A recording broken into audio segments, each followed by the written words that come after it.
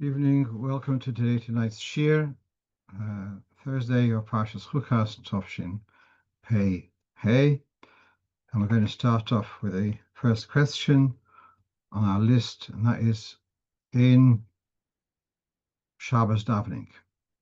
So I have in front of me a Sidur called Shai laMora Sidur.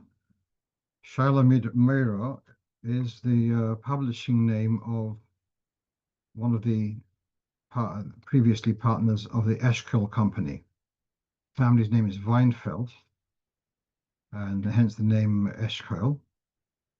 But then one of the sons started up his own business, and he calls his name is, I think, Shmuel Yehuda Weinfeld. So hence his pen name is Shai laMora. So he published a Sidur with Nusach Chabad several years ago, and in Shabbos, Friday night, where we say V'anchilenu Hashem Elokeinu be'ava v'rotzen Shabbos Kodshecho, bequeath to us your holy Shabbos.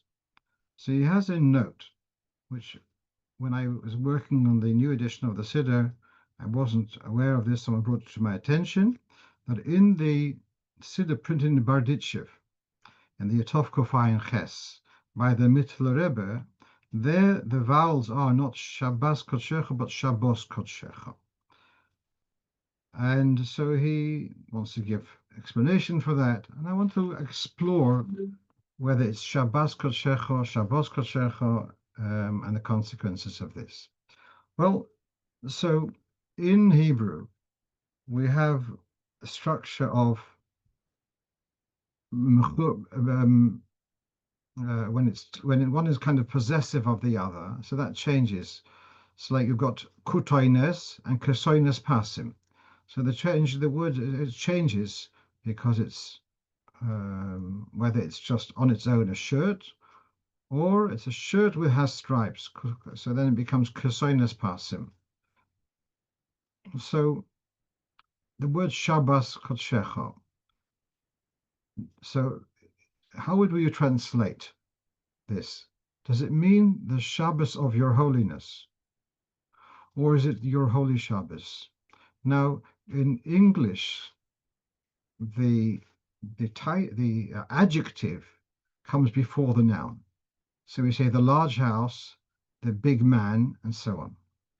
In Hebrew, it's the other way around. The adjective comes after, Bayis Gadol, Adam Chazak, and so on. Fine. So it's also therefore conceivable that the holy Shabbos, the Kodesh is, the holiness is the adjective, and it's describing the Shabbos. So therefore, instead of understanding it, the Shabbos of your holiness, we understand this as your holy Shabbos. The fact that the chof, comes after the word Kodesh is forgivable in Hebrew, and imagine as if it had been written Shabboscho HaKadosh or Shabboscho HaKadosh. What I'm trying to, so you have here on the screen, you've got from the Sefer Michloel from the Radak. Before that, the Shabbos Sefer points out that the wording Shabbos Kodshecho rather than Shabbos Kodshecho, I believe, is because of that's how it's described in Nehemiah. As you can see, the pasuk in Nehemiah was Shabbos Kodshecho Hidayto Lehem. That doesn't change the need for an explanation of how to understand those words. It's just we've got a precedent. Shabbos Kodshecho, or rather Shabbos Kodshecho, is in the pasuk in Nehemiah. Now, what the Radak says is that in Hebrew there's often a kind of easygoingness with the order. For example, we have the word keves and kesef. We have nigzarnu lanu, or sometimes you have nigraz, for example. You have salek, sakel, whatever. He gives various examples, but that's in the sequence of the letters of a shirish. But then he says also in, well, let's see his example, Vatosem bapuch eineho. So there's a pasuk in Malochim. She put on some kind of cosmetic, mascara on her eyes. So it should really, what it really means is Vatosem puch be'eineha. She put this mascara on her eyes. So the base, when it says Vatosem bapuch, it should really be, the base is really be'eineha. But that is the style in Hebrew. It often will switch things around, and it leaves this for us to work it out.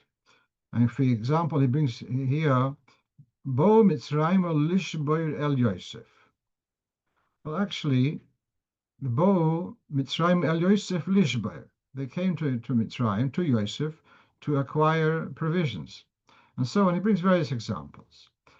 And this is so the editor of the Sidur Shabbos Kodshecho wants to say the same thing as over here, that the Kodshecho is the adjective, and it's as if it had been written Shabbos Kodshecho. Now, once we've said that it's not a mechuber, it's not a toffel, the Shabbos is not toffel to the Kodesh, it makes more sense to read as Shabbos Kodshecho, but because we've got the precedent in the pasuk in Nehemiah, so it remains with a pasuk rather than the Komatz. Okay, but the translation of that phrase is not the Shabbos of your holiness, but your holy Shabbos, and Shabbos is the main word here. Fine. Now that also, to me, explains a little bit more. So just before I go further, so as the Shai laMora does point out, there is a print in Tov Kuf Ches which has Shabbos Kodshecho, but before that print and after that print, it remains Shabbos Kodshecho, and that's because we've got a precedent in the pasuk. But the understanding of it is as if it were written Shabbos Kodshecho, your holy Shabbos. That explains for me a little bit more why on Shabbos Mincha, at Shabbos Mincha, we have the development that instead of a Yonuchuvo or Yonuchuvoi, the feminine or the masculine, we have at Shabbos Mincha a Yonuchuvom. It becomes plural. And because of that, there had to be a change. Instead of Shabbos Kodshecho, it had to become Shabbos Kodshecho. And so there are those who question, since they saw this as a smichus, so why is it Shabbos Kodshecho? It should be Shabbos Kodshecho. And what I'm answering now is that really, in principle, it should have been Shabbos Kodshecho also. But we've got the pasuk. There we don't have a pasuk, and therefore it remains Shabbos Kodshecho, your holy Shabbos, which is in concept more correct. As I sent this out this afternoon, so I got a little feedback from somebody read my list of points, and he says that in the Shai laMora Sidur for Kiddush for Friday night, it says Shabbos Kodshecho v'yavo rotin chaltanu. Now, I want to just share with you that I'm a shtickle mechutner with the Weinfelds, and a couple of years ago I was at a Sheva Brochus with the Weinfeld family, and it came up. This very point came up, and they, as far as I remember, they accepted that it wasn't correct. When we have in the davening, Shabbos is Shabbos Kodshecho. That's a pause. Therefore, it's with a segel. When it's in the middle of a sentence, it's not Shabbos Kodshecho be'avav rotzen, but Shabbos Kodshecho be'avav rotzen. That's because in the middle of a sentence, you wouldn't have the meseg to bring it down to Shabbos Kodshecho, we Shabbos Kodshecho, which brings me Minyan le'inyan that at Kiddush, on Yom Tov, I'm just trying to find this over here in the Sidur. Now, my late father-in-law, Rabbi Sudakal Shalom, I noticed that he would say in the Kiddush of Yom Tov, he would say Kodshecho, although in the Sidur it says Kodshecho. Not as if he was so much into dikduk. Obviously, he did receive that from earlier. So I'm reading now from the Sidur. We have in our Sidur, Amidah Kodshecho, Simcha v'sosn hinchaltanu. Well, the same objection. It's the middle of a sentence, and therefore it would be more logical to have Amidah Kodshecho, Simcha v'sosn hinchaltanu. And he actually did it that way. And in the new edition of the Sidur, I have actually sources of where they do have Moyadei Kodshecho rather Moyadei Kodshecho. In Shmonestre, it's Moyadei Kodshecho because it's a pause there. But in Kiddush, where it's in the middle of a sentence, it should be a Moyadei Kodshecho B'simcha v'sosin. So much for the dikduk for those who love it, and those who don't, we're going on to the next topic. Okay, so someone asked me, he sells Tallisim. And what he's noticed that a lot of people locally are buying Tallisim online from elsewhere. And he's asking, is that correct, or should they be buying locally? Of course, it would make more sense if the customers would ask the question rather than the vendor, but fine. Meanwhile, that was the question. So you have a concept of, well, this is you have this in front of you in the Alter Rebbe's Shulchan Aruch, Dinim Mechira. Everyone's familiar with the concept oikonoi miyada misecho, and one should give preference to buy from a Yid rather than from a Eina Yehudi. Well known. There are also other preferences, priorities, but whatever the word is, in selling or dealing with. So let's take a look at what we have on the screen. So it has here Seif Hey, Hilchas Mechira, one who's selling land or a house, and the two customers, and both of them are ready to pay the similar price, and neither of them is an immediate neighbor that have no dinner bar mitzvah. So then you've got two buyers. One of them is local, and one from the same town. One is from further afield. So then, so Ben Irekoiden, the one from the local city, has priority over someone from another city. Both of them are from the same city, from your city. One of them is a neighbor. So then the neighbor takes priority. What is the exact definition of a neighbor?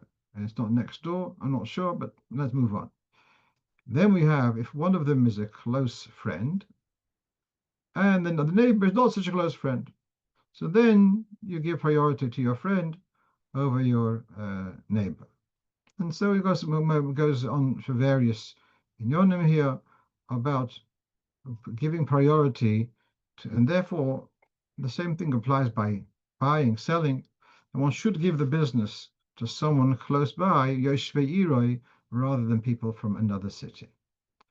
The question, coming back to the basic thing, economy adam yisech, which is the most relevant for us, and the question is, and actually Minchas Yitzchok, which I've put a reference to in the notes. Minchas Yitzchok lived in Manchester, later in Tzibur, he was a Haredis, but he was asked, you've got a Jewish grocery shop, and then you got opens up a supermarket and a chain store, opens up in the same area, and of course they are able to sell at much lower prices because they buy in huge quantities.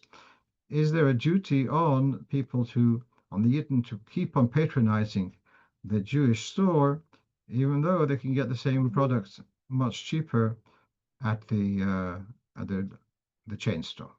So here you have on the screen there is the Alter Rebbe's Shulchan Aruch Cheshon Mishpat was taken by Reb Yaakov Meir Stern of Bnei Brak, and he used this as a basis for what he calls his Yalkut on Hilchos, money matters, and the Alter Rebbe's Hilchos Cheshon Mishpat is kind of more the ethical. I call it the Orach Chaim of Cheshon Mishpat.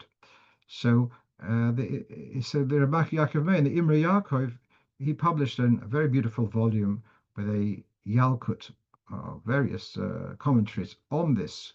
And so he writes that numerous poskim say that even if here we got two buyers, one is Ben Yisrael and one is not, even if the Nochri is ready to pay more, you should still sell to the Eid for a lower price than to go nochri for more. And the same thing when it comes to buying. You should be ready to buy from a yid, even though it will cost you a little bit more. The source for this is when it says in the Gemara about lending money.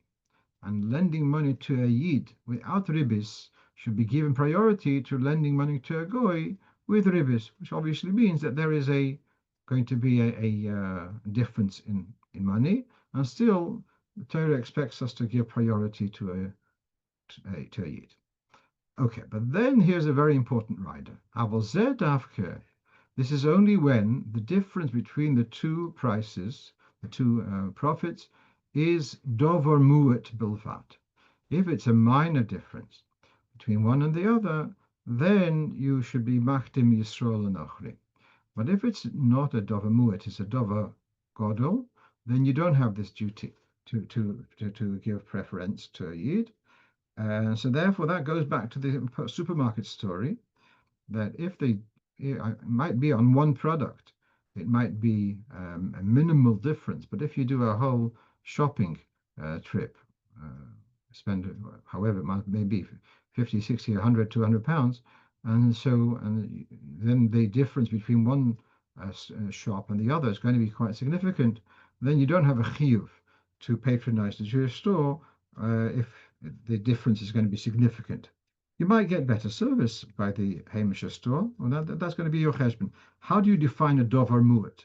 I think it's very much up to the person, in the spender.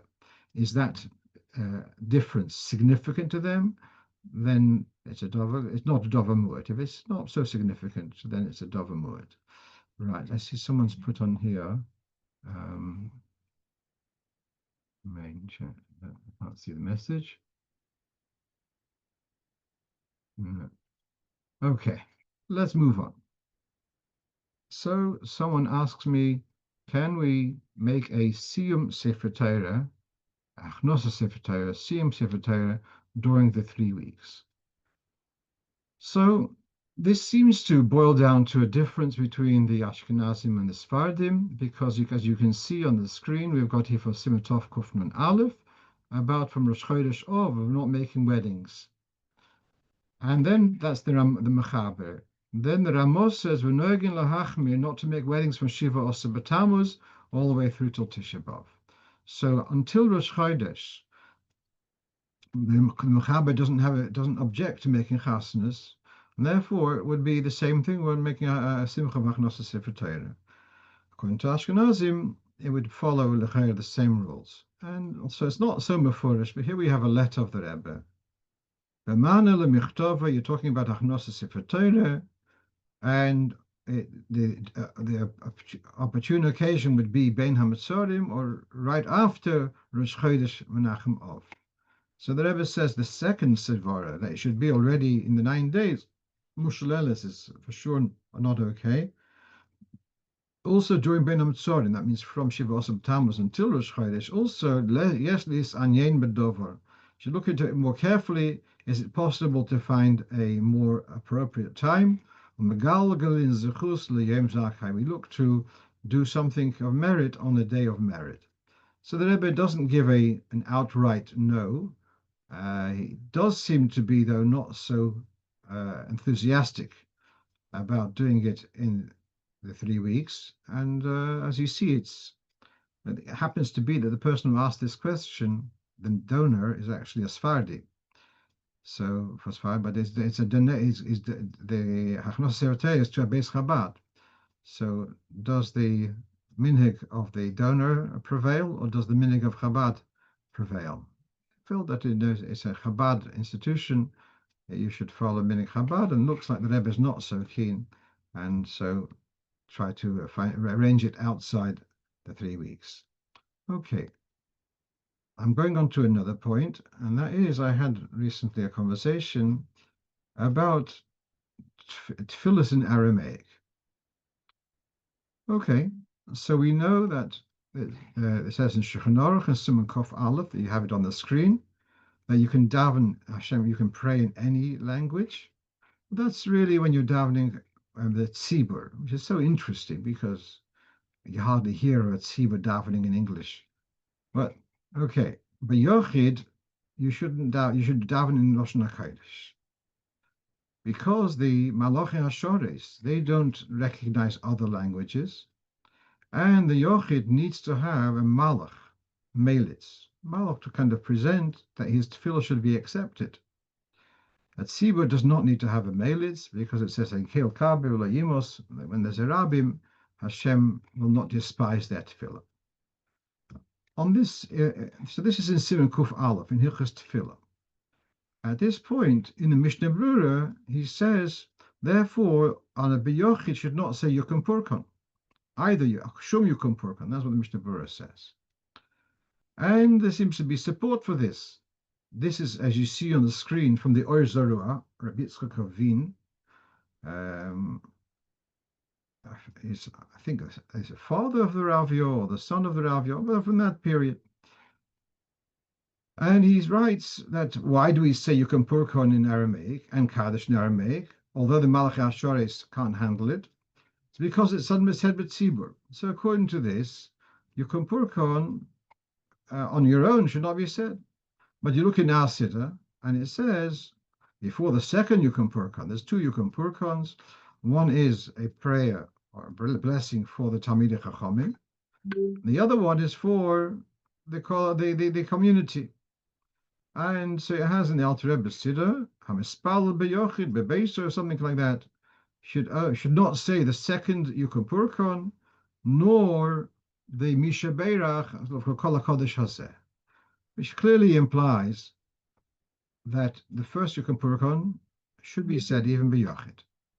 Now, in the Sidur, which was published recently, I hadn't found a source before the Sidur, before the Alter Rebbe, to make this distinction between the first and the second Yukum Purkon. And I looked into the standard sources, Shira Salo, Sidur Yaakov Emden, and I didn't see any point, any comment, or also Abdalman Henderson, I didn't see. But having searched now, I came across this is from a Sidur printed in Frankfurt, Tov Nun Zayin. That's a year before the Baal Shem Tov was born. Now you can try to struggle with me with this language. This is the old Yiddish script. In old Sforim, they used to have not the kind of script which we use. It's not Rashi. It's another script which was used for the Yiddish in various Sforim printed in that period. Die light, die oich Yeshuvim woinen, die nicht in Minyan mispal sein, well nicht something, they should not say that under Yukum Purkon, och nicht mishaberach.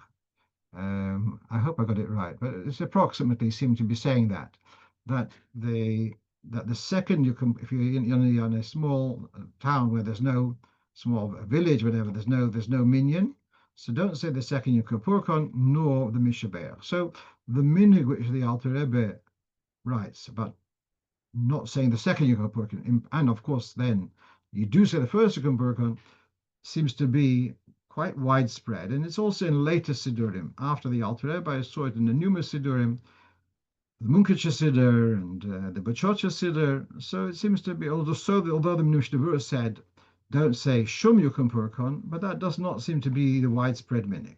And we're back to the question: how do you handle the fact that Malochim can't handle a tefillah in Aramaic? So someone shared with me the svara to say that Yukum Purkon is not a tefillah, but it's a bracha.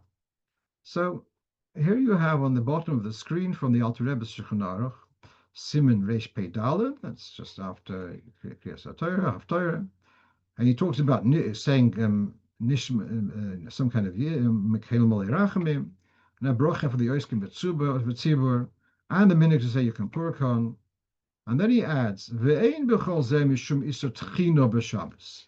This doesn't fall into the isur of pleading on Shabbos. She'ein zoi tchino elo bracha. It doesn't qualify as a tchino, as a plea, but as a bracha. And that's why you're allowed to say it on Shabbos.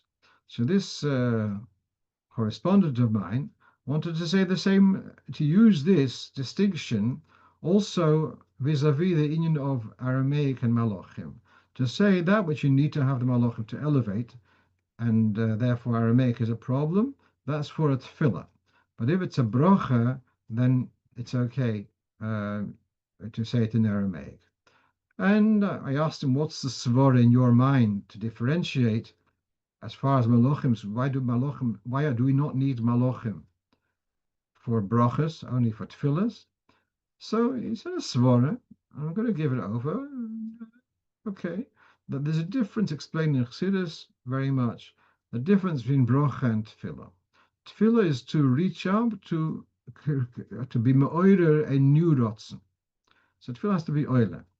The brocha is more like idea of there's a pool, there's a resource, and you're instructing, you're kind of directing that to the recipient. Yaakov Avinu gives a brocha to Menashe and Ephraim, so there is a resource which is allocated to Menashe, a different resource to Ephraim, and he is kind of bringing it down. So it's a different Inyan. Inyan is a nice word. It's like abstract, all right, so that's the svara, and which explains also what, when I wrote about this in the Sidur, the same poskim who say not to say the second יקום פורקן, say when it comes to slichas and you're saying slichas on your own, you should miss out the paragraphs machio maseh maseh machim machaya masik mishol chaya olmo. Towards the end of slichas, there's a couple of paragraphs in Aramaic, and they say you should skip those paragraphs when you're davening b'yochid. So why יקום פורקן yes and machio maseh not? Now we have a shtickle explanation. The machio maseh is a prayer, it's a tchino, and therefore if you b'yochid you shouldn't say it, whereas יקום פורקן, which is a bracha rather than a tefillah, and not rather than a tchino, it's okay to say b'yochid. That's what I can suggest. Just if anyone has the, if you want to, in the newest volume, the Siyum Balocho Minhag, I have there a comparison of different slichas, whether you say machio maseh at the end or a different tefillah in Aramaic, but ein chalamokim leharich baseh. Let's go on to the next topic, next question. So, davening, someone's asking, we have very long days at this time of the year, and so some people can't handle it, so they daven Ma'ariv with an earlier Minyan Ma'ariv after plug, and they're relying on Rabbi Yehuda. Someone's asking about Minhag Chabad about this. Now, we do have the idea of, first of all, what's Minhag Chabad to daven Bisman? Well, you know what? Minhag is, you can go, Puk Chazi Mayam Badabar. You see what people are doing, and for years, that's what we've been doing. We've been davening Ma'ariv Bismanoi, even on Friday night, where it's a huge tircha, and it does obviously cause difficulty to have your family not being able to stay awake for the Sudas Shabbos, but that's what we've been doing all these years. So therefore, to ask what is Minhag Chabad, so the minhag is that we daven Bismanoi.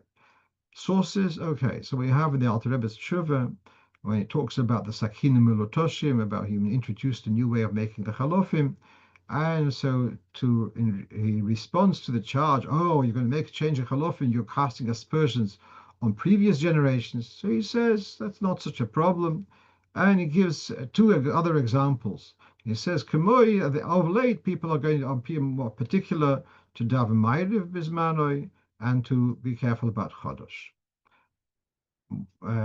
So he's not saying it's a minhag Chabad, he's just saying that's the minhag, to be more careful about Ma'ariv Bismanoi.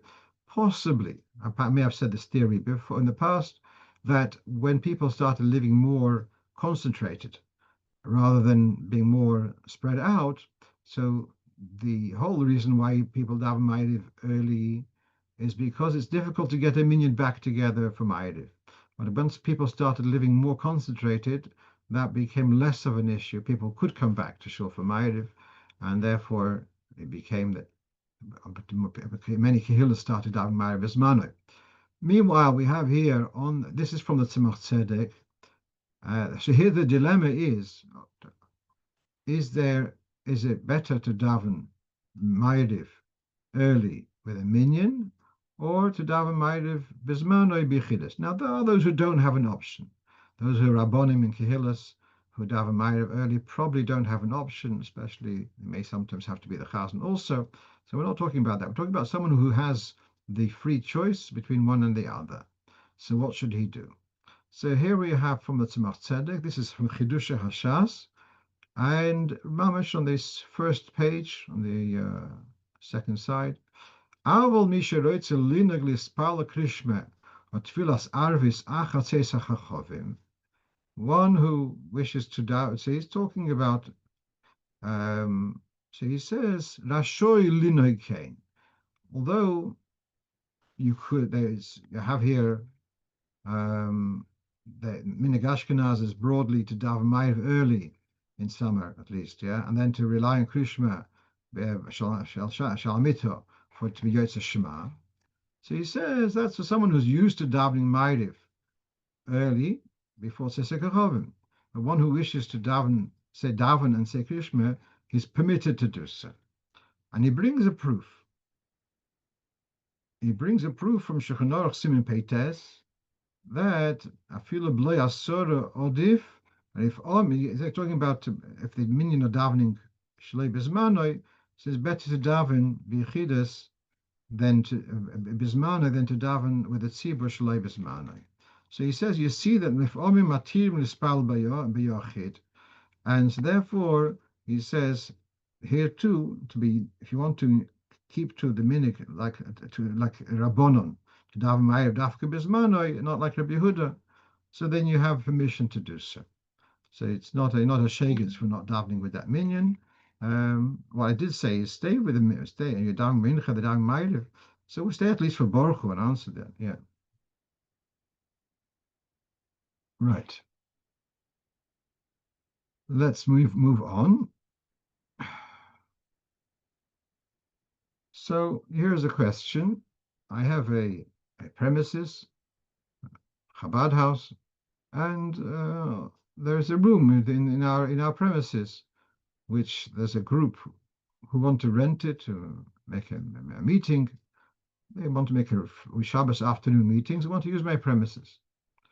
Then I realize they're paying rent, but that means they're paying rent for Shabbos. Are you allowed to charge rent for Shabbos? So this is the concept of Schar Shabbos, and people, I want to discuss this because Schar Shabbos doesn't necessarily mean because you do any work. You're not allowed to earn money for Shabbos time. So there's even a discussion: how can you earn interest on your savings in the bank on the day of Shabbos? So the answer there is that the day for interest is from midnight to midnight. Therefore, it's not just for Shabbos; it's for after Shabbos also. Fine.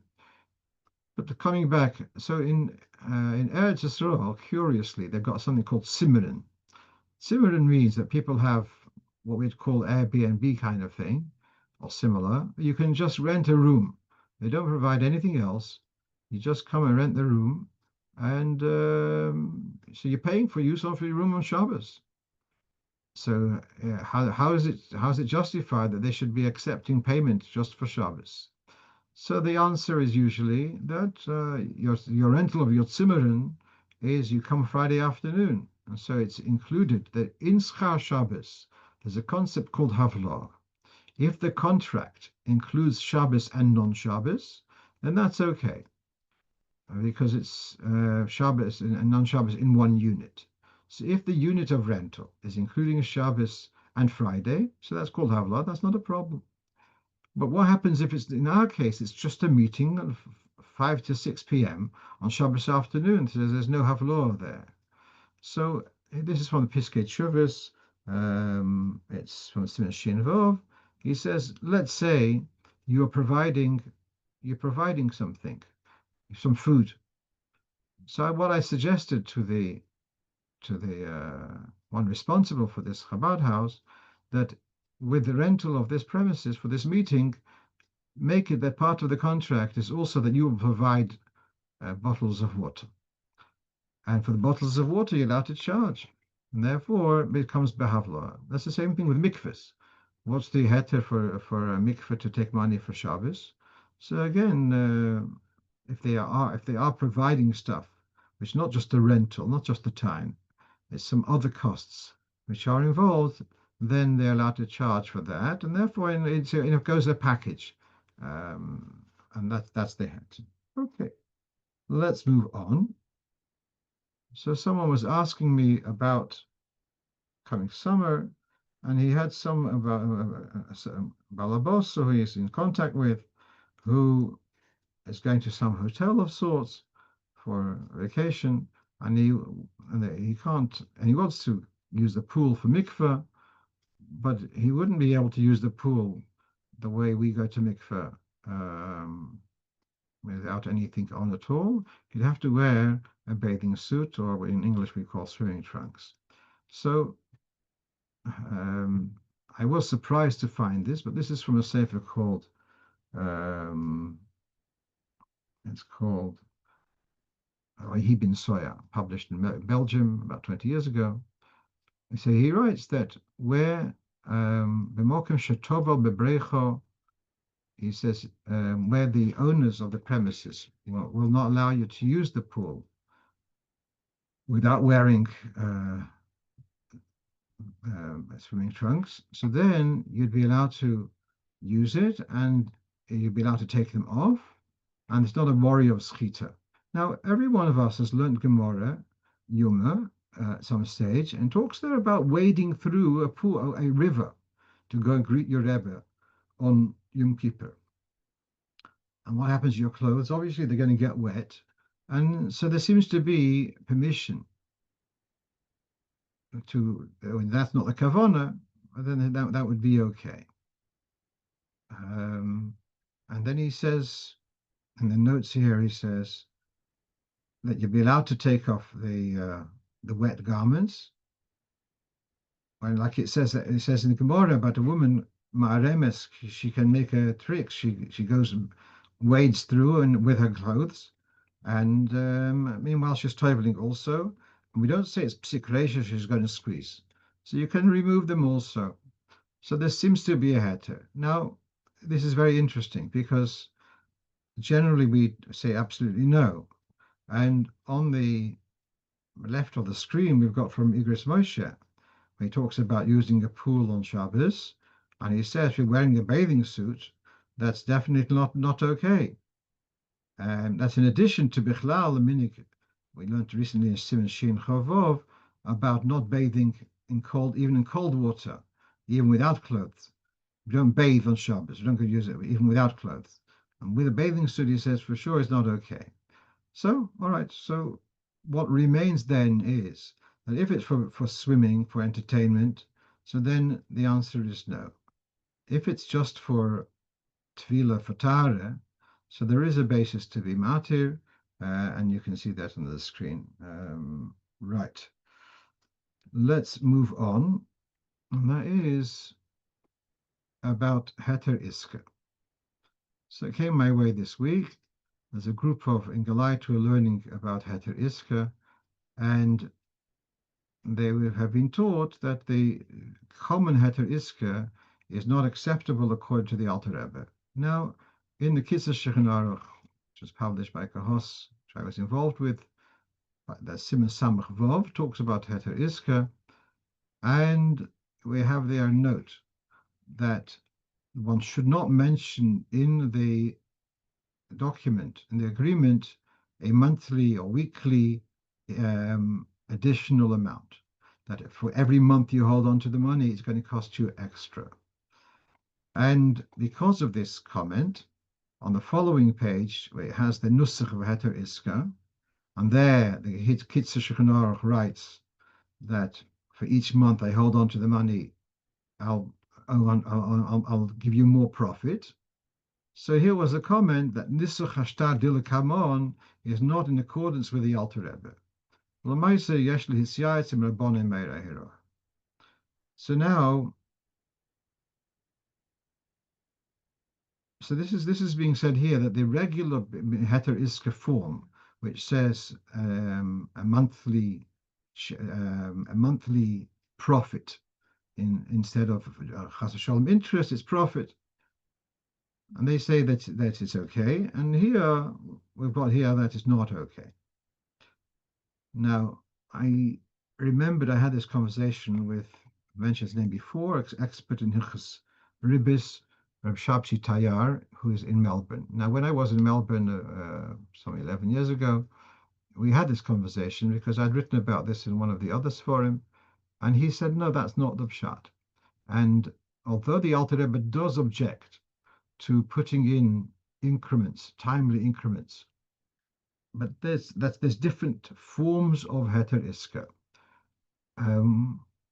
and it's that the objection which the Alter Rebbe has there in Sif Mem Aleph is talking about when he's committing himself to add extra amount per month for profit. There is a different method, and that's the heter iska, which is pretty standard today, to say like this: really, I'd be entitled to have a proportion of the profits week by week, month by month, but I'm not interested in breathing down your neck and to know exactly how much profit you did make, you didn't make. If you give me a fixed amount, then I'm not going to breathe down your neck. And it's a different type of resolution to being paying something extra without it being ribis. Now, actually, you have here, he showed to me, Rabbi Tayar, in the Kitzur Shulchan Aruch, you have the Mizgeres HaShulchan. He writes, Masha Kosav Razash, the Alter Rebbe writes in Sif Mem Aleph, Sif Mem Hey, quoting the Taz, that you shouldn't be doing monthly increments. Hos Shani Hoso, Shekoisev V'derech Chiyuv, Shenischayev V'mekabel Litin Dova Kotzev L'chol Shavua, Im Yiyeh Revach. That's where he obliges himself to give X amount per week. That is, the Alter Rebbe sees as a form of ribis. But where it is that he would be entitled to a flexible amount of profit, and he doesn't want to bother with that, and therefore he says, give me a flat rate instead of what's going to fluctuate. I'm going to have to bother with it. There he says you're allowed to make a set payment per month. And I asked him, does he have it in writing? And Hashkocha Protis, he just did write this up in the Ha'oros Atmimim in Melbourne, which for some technical reason didn't come my way. But he objects to the way it's written in the Kitzur Shulchan Aruch, and he says that there's no difference.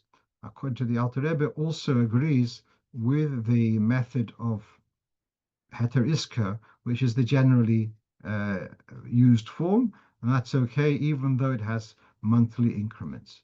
So I just wanted to share that with you. Anyone who wants to have a copy of his article, I'm very happy to send it to them. And well, he's got support from the Mizgeres HaShulchan, although he says that what I've written actually has got basis in the Sefer Bris Yehuda, which is Rav Bloy, who was expert in Hilchos Ribis, but he says it was a misunderstanding of his, and according to the Alter Rebbe, in this is no different to other poskim who do allow a monthly increment. Hilchos Ribis is a very complicated topic, and therefore reiterate the Maisa Yeshli Siyasim Rabbonim Meir Heroah. Find a Rav who understands the details of Ribis before making a move on that. Okay. I think we had some. Right.